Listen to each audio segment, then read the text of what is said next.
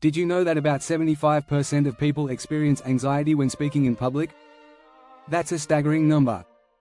Yet, some speakers seem to shine on stage, effortlessly captivating their audiences. What's their secret? It's not just about memorizing lines or rehearsing until they're perfect.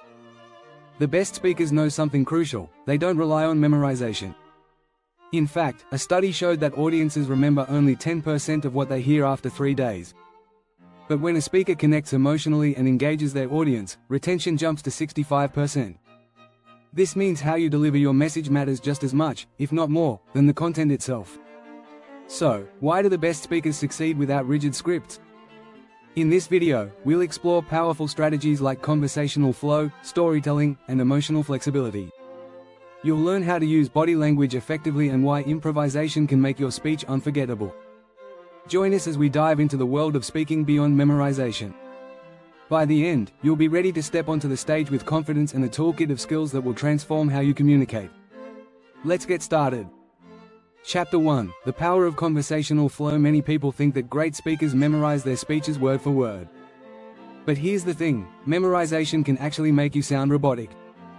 The best speakers don't treat their speech like a script, they treat it like a conversation. They allow themselves to adapt, react, and respond to the moment.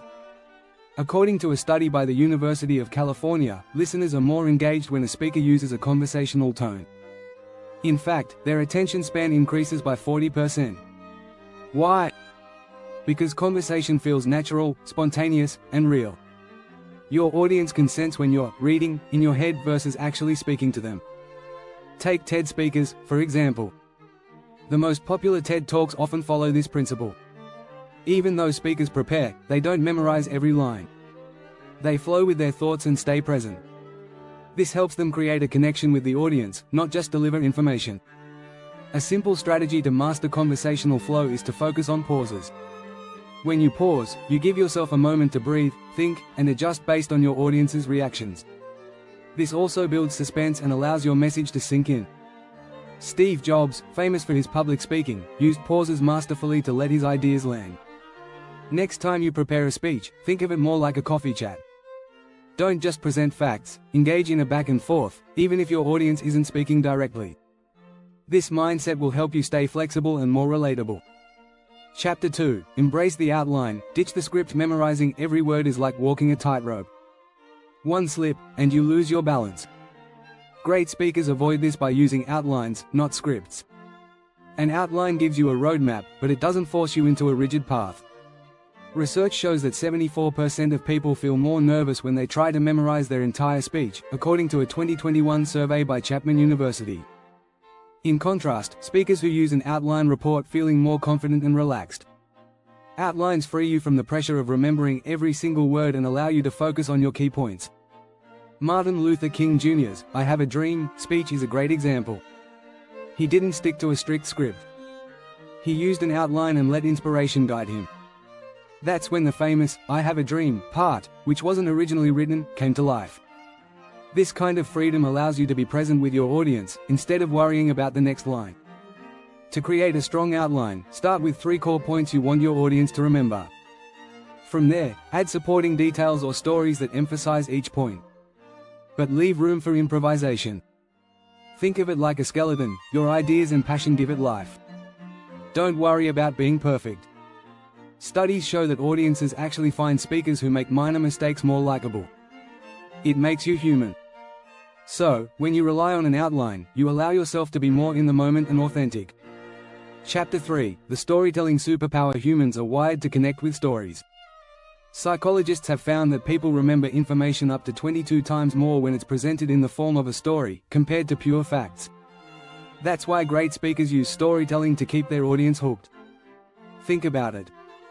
Would you rather hear a list of statistics or a relatable story that brings those stats to life? Stories create an emotional connection, which makes the message stick. Neuroscience shows that when we hear a story, our brains release oxytocin, a chemical that boosts empathy and trust. Take former President Barack Obama as an example. In many of his speeches, he shares personal stories, either from his life or from the people he's met. This technique makes his audience feel seen and heard, and it's a big reason his speeches are so memorable. When you're preparing your talk, look for places to insert a personal anecdote or a real-life example. Even if you're discussing something technical, like data or trends, find a story that brings those numbers to life. One of the simplest methods is the hero's journey framework, where you start by introducing a challenge, discuss the struggle, and end with a resolution. This keeps people emotionally invested throughout your talk. Also, remember that you don't have to memorize your stories. Since it's something you've experienced or deeply understand, it'll flow naturally. The key is to know the purpose of the story and how it supports your main point. Storytelling is powerful because it taps into a basic human need to connect. It's why TED speakers often use stories to convey complex ideas in simple, relatable ways. And remember, your audience wants to relate to you, not just listen to information. If you're enjoying these insights, consider subscribing to our channel for more tips and tricks on becoming a better speaker. Chapter 4: Body Language. Speaking without words. Most people think public speaking is all about what you say.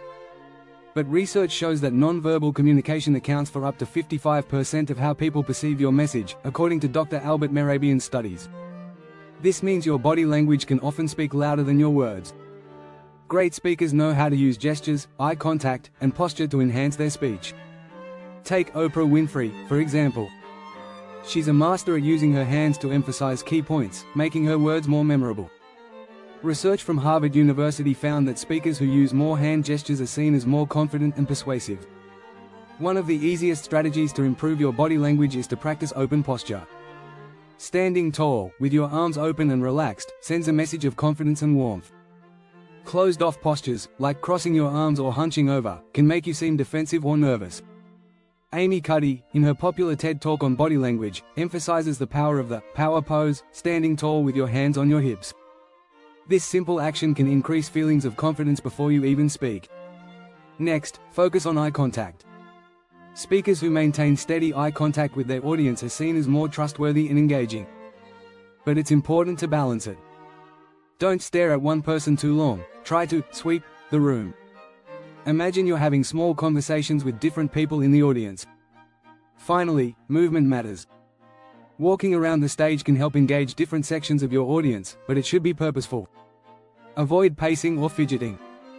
A great tip is to move when you transition between points, which gives the audience a visual cue that a new idea is coming. Remember, how you move affects how your words land. When your body and words align, your message becomes more powerful and clear. Chapter 5: Improvise like a pro. The thought of going off script terrifies most people, but the best speakers aren't afraid to improvise. In fact, improvisation is a skill that can turn a good speech into a great one. Studies show that audiences respond more positively when speakers seem spontaneous, even if they've prepared. One of the best examples of this is Winston Churchill. He often rehearsed key points but would improvise in the moment depending on the audience's mood. He understood that speeches aren't one-way streets, they're a dialogue. A study published by the University of Wisconsin found that speakers who adapt to their audience's reactions, like laughter or silence, keep their listeners more engaged. One simple way to practice improvisation is to do Q&A sessions after your talk. These force you to think on your feet and respond in real time. Over time, this skill translates into better overall speaking because it makes you more comfortable with the unexpected. Another technique is called looping. If you lose your place or forget what you were about to say, return to your last point, and expand on it until you find your flow again. This keeps the momentum going without the audience noticing any mistake. Lastly, think of your speech as a series of ideas rather than a strict script. By focusing on key ideas and their connections, you can riff off those concepts naturally, without getting stuck on a single phrase or line. Improvisation doesn't mean being unprepared, it means being mentally flexible. The more comfortable you are with improvising, the more relaxed and confident you'll feel when speaking. If you found these insights helpful, don't forget to subscribe. Join our community for more tips on becoming a confident and engaging speaker.